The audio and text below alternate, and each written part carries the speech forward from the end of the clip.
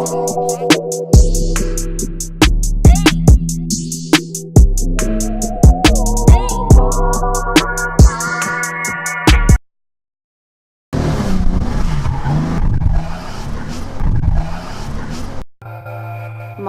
E.G.S.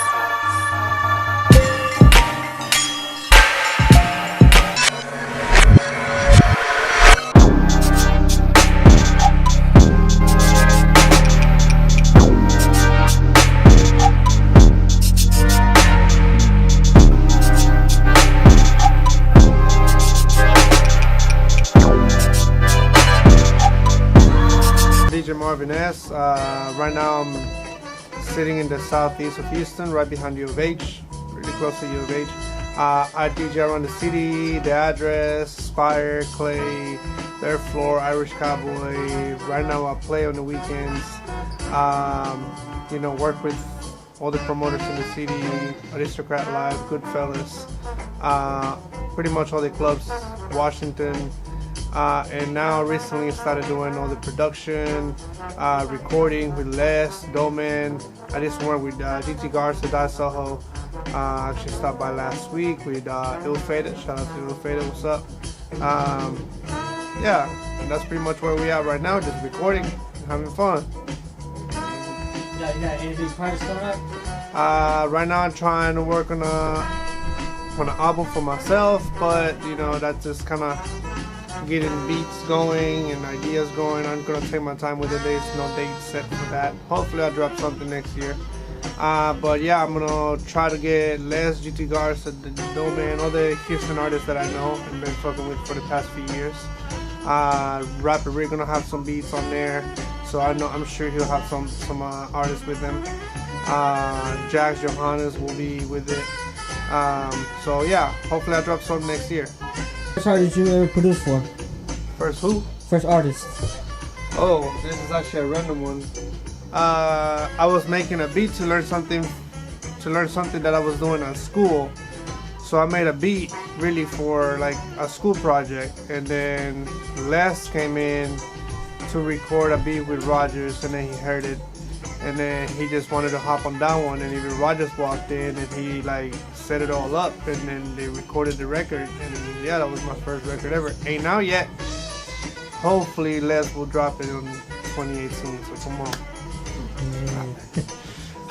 How you met Mr. Rogers? I see you can be cool with him. I was DJing. I was working at Avenue. Shit, it was 5 years ago. 5 years ago.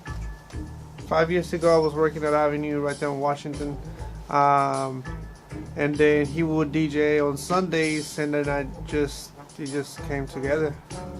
Like we just started talking, and I learned the DJing and everything. I got good with it, and then we just became close friends, and yeah, I still talk to him up to this day, you know. Any producers you like to collab with in the future? Ooh, everybody, no limits. On your beats you be coming up with, you use a lot of old school. Like jazz. I've been liking the samples, and then like Japan old school samples, like the funk Japan samples, like really old school stuff.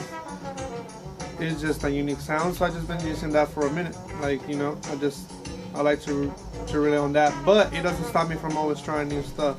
I'll try dubstep, I'll try house, I'll try reggae beats, like, you know, whatever. Have fun with it. I'm here all day. Yeah. I stay here. Speak a little bit of the car culture you got. Oh man. That Beamer you got to sitting outside. So that runs in my bloodstream pretty much. I grew up with my father having a shop since I was born. So ever since I was, I don't know, 8 years old, we're building a shop with my dad. I'm doing cars, and I just doing cars. When I turned 16, he got me the E30, which is the one sitting outside. I was 15, 16. So he got me the E30, and then I was already looking at magazines, car parts. I already knew how to put intakes in them, and how to change this, and how to do exhaust, and whatever, all the things. So I just been doing cars, you know, since I was a kid. Like, I just grew up doing it. And then I got the E30. I want to do a paint job, so I did a paint job. I will change this, I will change that, whatever. Go to the shop after school and do this and do that, and just kind of like just do it, whatever. I'm a kid. I live in my parents' house, and I got a car. Like, let's do some cool stuff with it.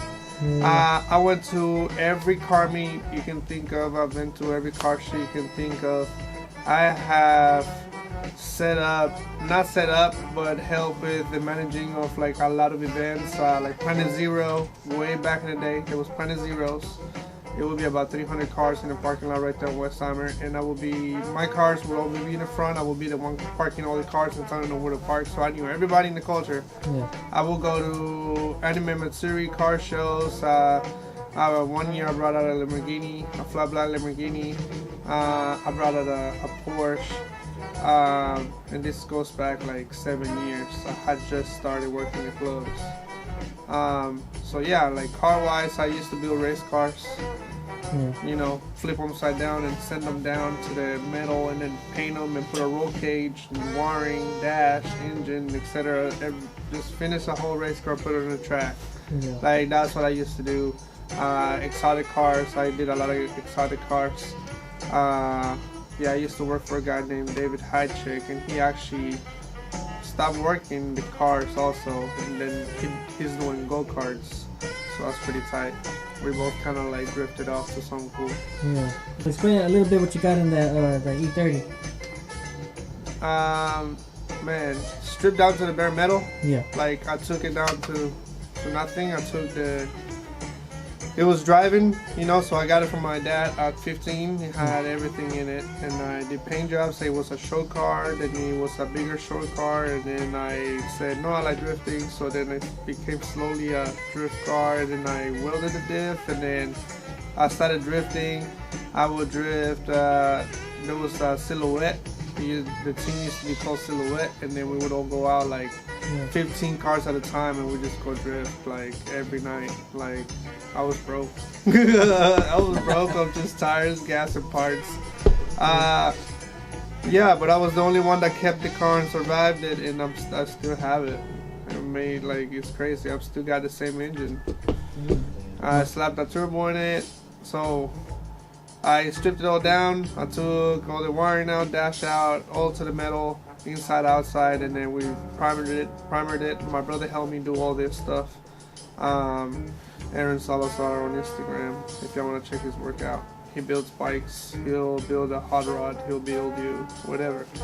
So Aaron Salazar, yeah.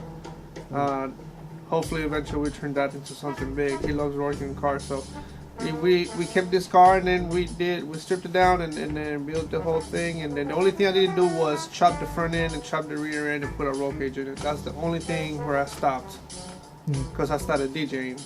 So I was doing drifting all in, and I took the car apart, and then I learned how to DJ. I came around the people I came around, and then I stopped. That was it. I was sold. And I just got the car back to running maybe 3 years ago. Yeah, about 3 years ago since I got it running, 2 years ago. And yeah, it just sits in my living room. Have you ever drifted with Mr. Rogers? No. I think you got a Beamer too, right? Yeah, no. Actually, we built that one, and then we had help of a few other shops along with my dad's shop. But yeah, we did some of the paint job on it, like the wheel stuff. We went and got them done. Yeah, the whole build. So yeah, that's yeah. I love that car, but yeah, we did that. Yeah, that's there. That's the cover right there. You be doing a little bit of BMX. A couple of pictures you had on Instagram. Something you've been doing ever since you was young? Yeah, I was. Man, me and my brother, and then it would be like 20 homies back in Costa Rica, and then we would just ride out from one city to 2 cities away, and then just ride out like 15, 20 of us, and just go down here and just haul ass and uphill, and then you get to where we're going, and then you ride and you jump, and then we ride back, and flat tires, broken bones, and whatever. Yeah, like we did that. I wasn't that crazy because I was always been scared of breaking bones, but I'm down to get on a half pipe again. It'll be time to get back on the half pipe and get some air here sometimes in there.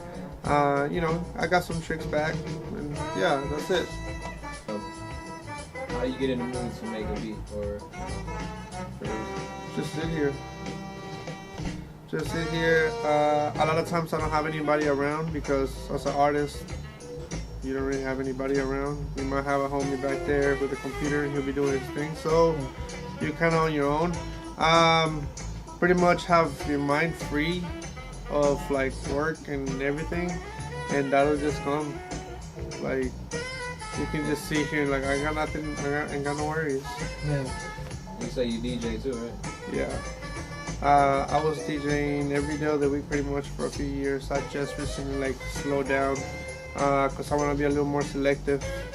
I want to work with Les and Doeman and GT and all these people so then I can start doing those gigs, like for the concerts and actually reaching out to an actual crowd instead of just going to the club and just turn up and drink and turn up, and I'm just kind of like, I don't want to be 33 and thinking of like, damn, I gotta go to this club and you know. So maybe I can turn it into more of an artist thing, you know, like be the DJing a little bit less and just be a little more selective with it. You know, just be, if I'm some big artists DJ, man, I don't even need to worry about no club. So that's ultimately the goal. I have a few movements that I'm related to right now also. Like there's about 3 groups of artists that I mess with and I keep up with, and kind of like watching where they're going, so we can build it up, and you never know. You never know. So yeah, that's where I'm at with that. You think it's hard to get exposure in Houston? It's not hard. Well,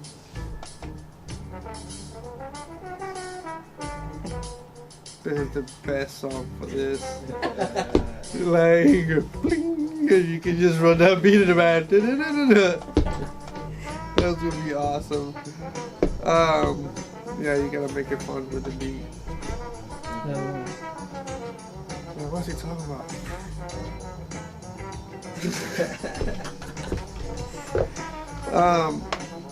What were we talking about? And it's not, because you have, I mean, you have a lot of things out there happening, and I'm not just gonna name things, you know, but there's a lot of things happening out there that people can work off of and from, but they're not willing to go out there and do the extra to get it. And I blame myself part of that too, because I don't really be wanting to do all that so much anymore, because I used to, you know. So like 6 years back I was always out every day, all day, like miles on the car. You're not doing anything, like you're just doing, like you're just helping people and you're helping with this, but you're not learning anything, like you don't gotta, like, you know. So it's like you gotta learn something for yourself and build yourself that way. All right, now when that's good, cool, we'll do whatever you need to do and help and be out and do whatever, because you know, that's how I got, like, once I know I can go to the club and I don't have to like really practice or keep up with so much of this and go out there and do whatever, then I can go and do a bunch of things, you know. And then you got all the exposure you want. It's just that. Or you can just simply move to LA and do the whole Instagram side of things, you know, all the pictures and live somebody's couch sometimes. And but yeah, you live in LA, you just, you know, you made it out of the mud, like they say. Any advice for some upcoming music producers? Oh man, just sit in the studio and make beats. Literally, just headphones, go to Starbucks. If you get tired of the same place, go around somewhere. Use your headphones. Don't always think you gotta have speakers. I don't do it, but you know, I need to do it. Speaking of that, so yeah. Okay, It'd be crazy to be like, how do they do it? Yeah. Little pump and all them, like going crazy. Damn, it feels good though in front of a camera. Cool, yeah, I can throw those in there. Yeah. Oh no. Then I can see him and be like, oh, okay, that's, yeah, I see what I'm doing now. Yeah. It's practice. Video, Always practice. Practical? Yeah. And they find you on Instagram, you know, Instagram, YouTube, social media. no Twitch yet, but soon enough. I just gotta be more creative. You know, the whole acting fun and whatever. E.G. Marvin S on Instagram, Facebook. Any shout outs you want to give out? Too many to give out, but the main ones, since we went back to like the beginning of things of me DJing, man. First booth pimp I met was Johnny J. Shout out to DJ Johnny J. Then Kyle Berg, Ebonics, DJ Mr. Rogers. Man, those gotta be my main ones that have helped me get anywhere in the game. And then right now, just, you know, doing my thing, yeah. Shout out to all of them, and thank y'all for everything. Marvin S.